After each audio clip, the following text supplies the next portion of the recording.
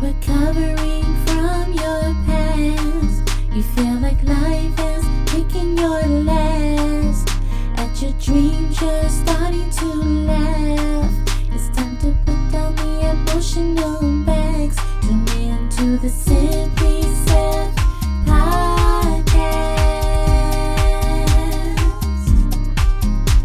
The Simply Self podcast. Tune in. You are listening to the Simply Self podcast, hosted by Stephanie Sonia, aka Pastor Greer.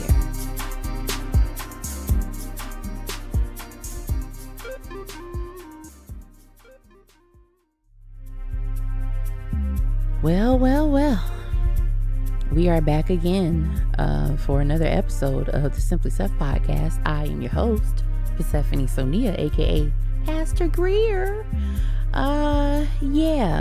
So as you can tell by the title, today's episode is Stop All That Lying.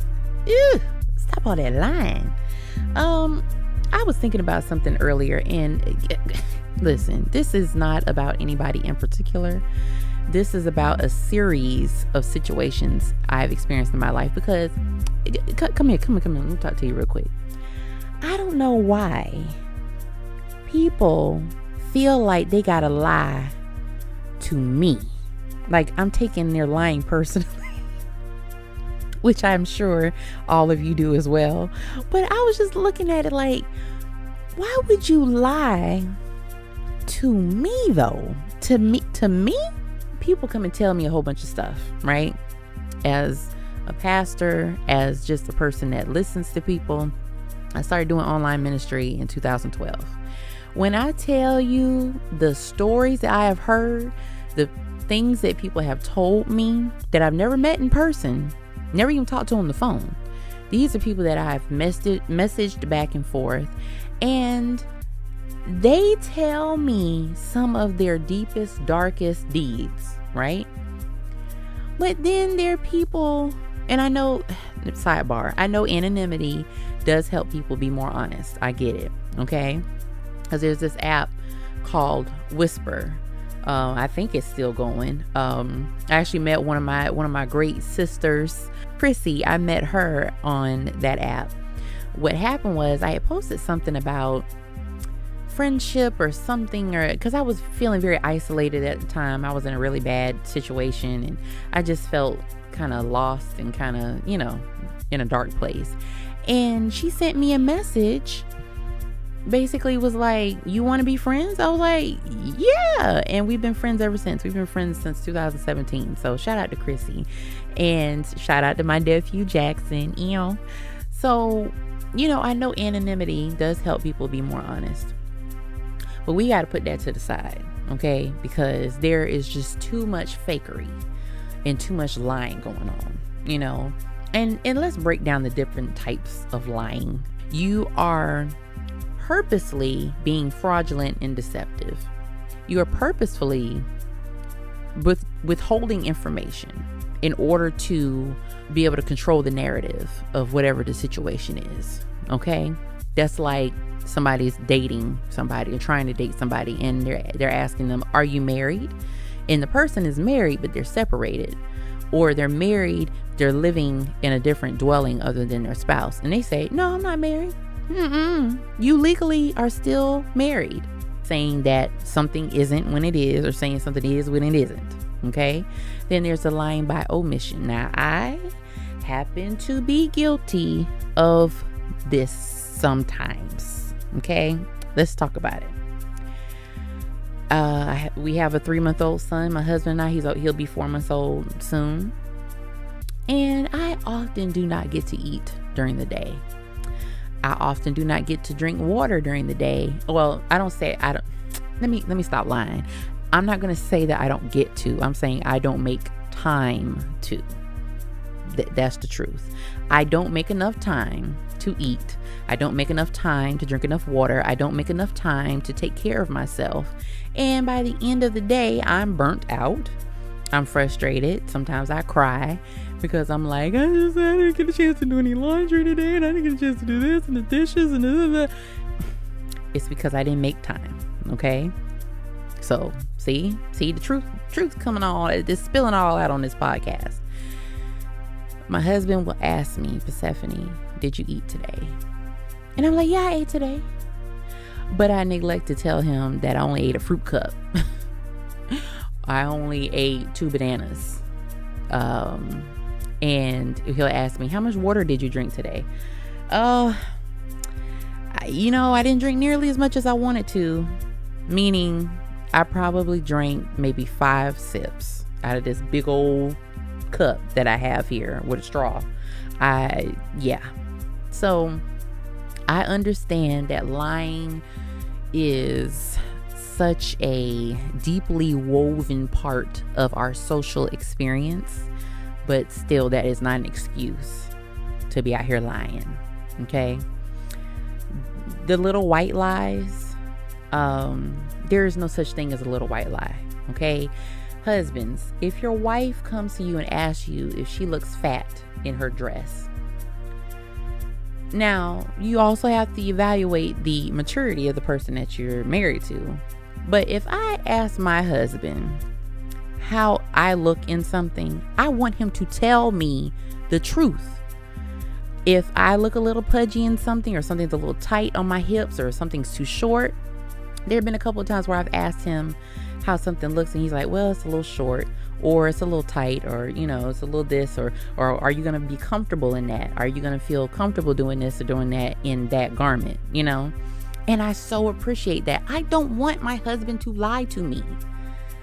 There's nothing that's going to come out of me asking Cliff, how does this dress look on me? And for him to say, oh, you look wonderful. You look, Beyonce would be jealous. Oh, girl, you is fine. You is fine. But then in the back of his mind, he's thinking, yeah, but she doesn't look, the dress is not flattering. There's nothing wrong with coming to the understanding that all garments are not for you at this time in your life, at the size that you are, with the shape that you are. It is okay. I had a baby almost 4 months ago. I am not yet in the physical condition that I feel comfortable in, but this is the body that I have right now. I still have a bit of a belly. Okay. My hips have widened. My breasts have gotten fuller. So there's certain things that I can't wear as comfortably, or things that I have to wear in a bigger size. And that is okay. But what I am not going to do is subject my husband to having to suffer for any insecurity I might have. If I ask him how something looks, I expect him to tell me how it looks. Because I want to represent myself well. I want to represent him well. I want to represent God well. I want to represent my son well. I want to represent the Greer name well. I don't want to be out here looking a mess. So wives, ladies, don't be out here making your husband feel bad because he gave you the information that you were looking for. Okay. If you want to believe that you is a bad chick and your shape is on point and it's hourglass city and you look fine in everything that you wear and you don't have cellulite and you have a flat tummy and you have perky breasts and you don't have any arm fat or any loose skin anywhere, if you want to believe that, even though you know it's not true, don't ask your husband how it looks. And then don't get mad at him when he tells you the truth about how it looks. Well, oh, so you must think I'm fat. Oh, you don't love me. Just some of y'all make my head hurt.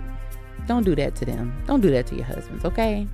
So, fellas, I had to advocate for you real quick because I know it's frustrating because a lot of your wives expect you to read their minds. Men are not mind readers any more than women are. Now, there's some women that like to think, oh, I know him in and out. I know him like the back of my hand, blah, blah, blah, blah. But there's a lot of stuff that he probably doesn't tell you because he knows how you'll react, because he knows you're not mature in certain areas. I'm just saying. But anyway, don't require the truth from somebody else, but you're lying to yourself and to them. It's not right. It's not fair. It's not okay. It's dysfunctional. It's dysfunctional. So if you want to be functional, stop the foolishness. Okay? I understand that a lot of us have lived lives where we have not always felt comfortable being honest. We have not always been given permission and room to be honest about how we feel. I can attest to that. I went through my childhood very much unheard, very much cast to the side on a lot of stuff, okay? But as I got older, I realized that putting my needs to the side, putting my opinions to the side for the sake of peace is causing chaos within me. So yeah, I'm doing XYZ to keep the peace, saying I'm fine when I'm not. And then I have the nerve to be upset when I'm not fulfilled.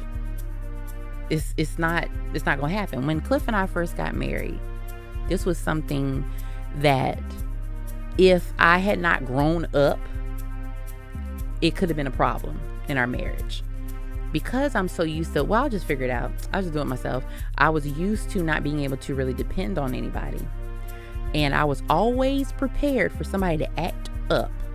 And I was always prepared to do it myself. So I get it, okay? I'm not attacking anybody. I'm telling you what I'm telling you because I know, because I've lived it, okay? I had to realize that the man that I married was a prayer that was answered as a gift to me from God, despite my immaturity and despite my ignorance to how much that could have impacted our relationship. And thank God I saw it for what it was when it was starting to creep up. Because Cliff is the kind of man, he's the kind of husband, he's like, let me know what you want and I'll do my best to get it for you. I'll do my best to give it to you. I'll do my best to make sure that it happens for you. But if you don't tell me, you can't sit here and be unhappy because I'm not giving you what you want if you don't tell me what you want. When Christmas, birthday, Valentine's Day, whatever come around, he's expecting me to, let him know. I mean, yes, he can pick out gifts for me without even asking me because he knows me. But if there's something in particular that I would like, he wants to know. Like Valentine's Day was recently, last week. And he knows that when Publix has the pecan delights, the Russell Stover pecan delights on sale, he already knows pick up 2 boxes at least. Okay? At least. Because that is one of my favorite candies.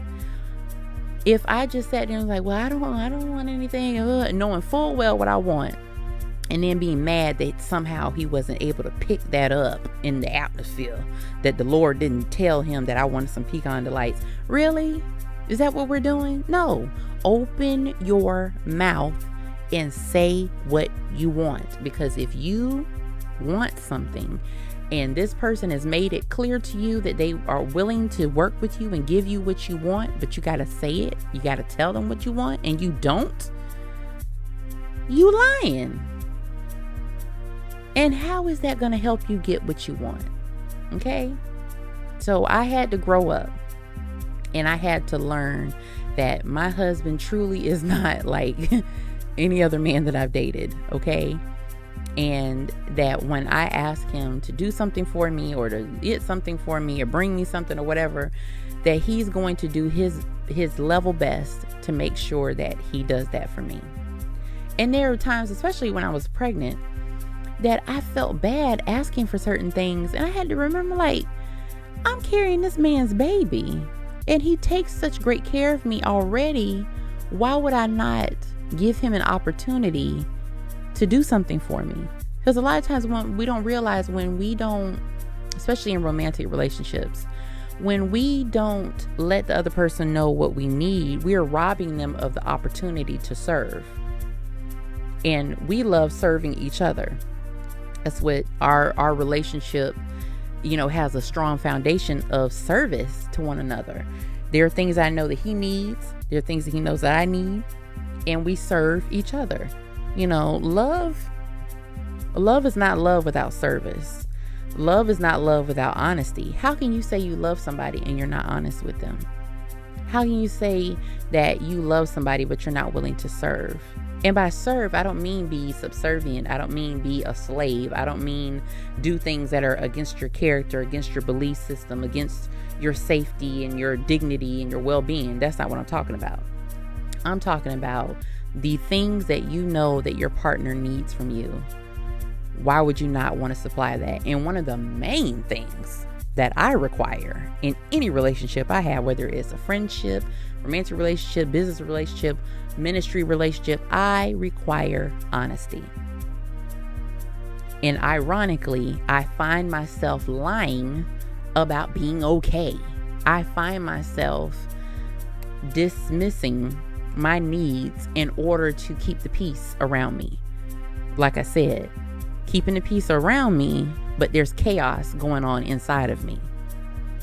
Who benefits from that?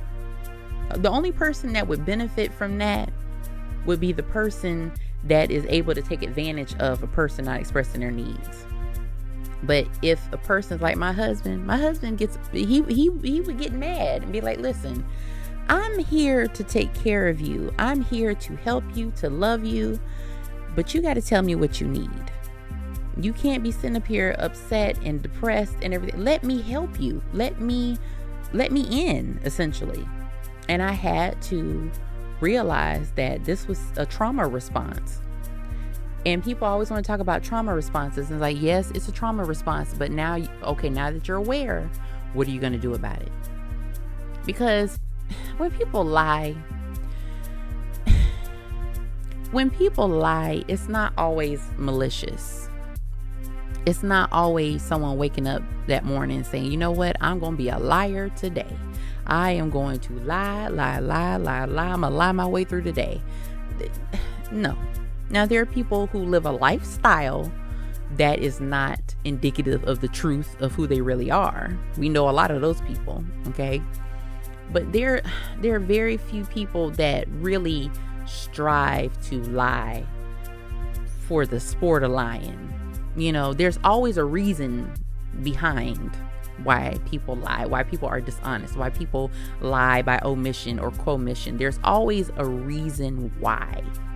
And if you find yourself doling out these, what you call little white lies, saying that you like something when you didn't, saying that you are okay with doing something that you're not okay with, saying that, you know, something didn't bother you when it did, saying that you did something for yourself to take care of yourself that you didn't do in order to make the people around you feel better, you know, about what's going on. You can't do that. You can't. You shouldn't want to. And I know for some of us, it can be a hard habit to break, but it's a habit that's worth breaking. And I am making a commitment because, see, I can't tell my son, tell us when something's wrong. When he sees his mother holding on to stuff and not telling anybody what the issue is. I'm still dealing with depression. I'm still dealing with anxiety. I'm still dealing with feelings of inadequacy as a wife and a mother. And I'm going to therapy for it. I should have gotten back into it way sooner than I did. And you should not have to wait for a crisis to happen in order for you to realize that you have to take care of yourself. I'm telling you this because I'm living it, okay? So whatever your lie is, stop. Be honest. Because I guarantee you, the discomfort of initially telling the truth pales in comparison to the guilt that you would feel continuing to hold on to the truth, no matter what that truth is. Okay? So I'm gonna tell the truth more when it comes to how much I really ate and how much water I really did drink. And if something really is bothering me, I gotta say so. And there's a way to do everything. You don't want to be disrespectful. You don't want to be boisterous and, abusive and brash. You don't have to do that. But you need to be honest. Stop all that lying. Okay? All right. Well, you have been listening to the Simply Seth podcast. I am your host, Stephanie Sonia, aka Pastor Greer. I I love you. I'm praying for you. Pray for me as well. Make sure you pray to the Lord Jesus, okay? Because that's how you get the prayer through, okay? Pray to the Lord Jesus. Pray for me, and I'll continue to pray for you. And just find some more grace for yourself. The same grace that you give others. The same leeway, and leeway is a slippery slope, I know, but the same leeway that you give others, put some of that in your back pocket for you, okay? Because being hard on yourself and being abusive to yourself is not helping yourself. It's not helping you, okay? All right, love y'all. Bye.